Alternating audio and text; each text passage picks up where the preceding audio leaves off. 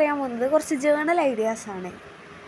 ഈ ജേർണലിങ് ചെയ്യുമ്പോൾ അതിൽ ഫസ്റ്റ് ഇൻക്ലൂഡ് ചെയ്യേണ്ട കുറച്ച് കാര്യങ്ങളാണ് തിങ്സ് ഐ ലവ്. നമുക്ക് ഇഷ്ടപ്പെട്ട കുറച്ച് കാര്യങ്ങൾ, അത് ഫേവറേറ്റ് സോങ് ആവാം, മെമ്മറീസ് ആവാം, ചില മൂവീസ് ആവാം. സോങ്ങിൻ്റെയൊക്കെ കേസിൽ അതിൻ്റെ ലിറിക്സ് എഴുതി വെക്കുക. മെമ്മറീസ് ആകുമ്പോൾ നമുക്ക് അതിൻ്റെ പിക്ക് ഉണ്ടെങ്കിൽ പിക്ക് ഒട്ടിച്ച് വെക്കാം, ഓർ നമുക്ക് ആ ഒരു പെർട്ടിക്കുലർ മൊമെൻ്റ് എഴുതി വെക്കാം.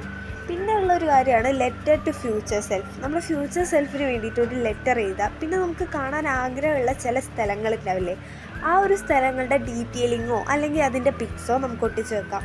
Next thing is bucket list. അതായത് നിങ്ങൾക്ക് ആഗ്രഹമുള്ള കുറച്ച് കാര്യങ്ങൾ ഒന്ന് നോട്ട് ചെയ്ത് വെക്കുക. ആൻഡ് നിങ്ങളുടെ ഗോൾസ് എഴുതി വെക്കാം.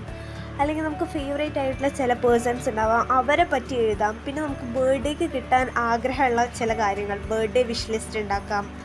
പിന്നെ നമുക്ക് എക്സ്ട്രാ ആയിട്ട് സ്കിൻ കെയർ റൊട്ടീനൊക്കെ അതിൽ ഇൻക്ലൂഡ് ചെയ്യാം. പിന്നെ നമ്മൾ ഏറ്റവും കൂടുതൽ മിസ് ചെയ്യുന്ന ഒരു തിങ് ഉണ്ടാവില്ലേ, അതും ഇൻക്ലൂഡ് ചെയ്യാം.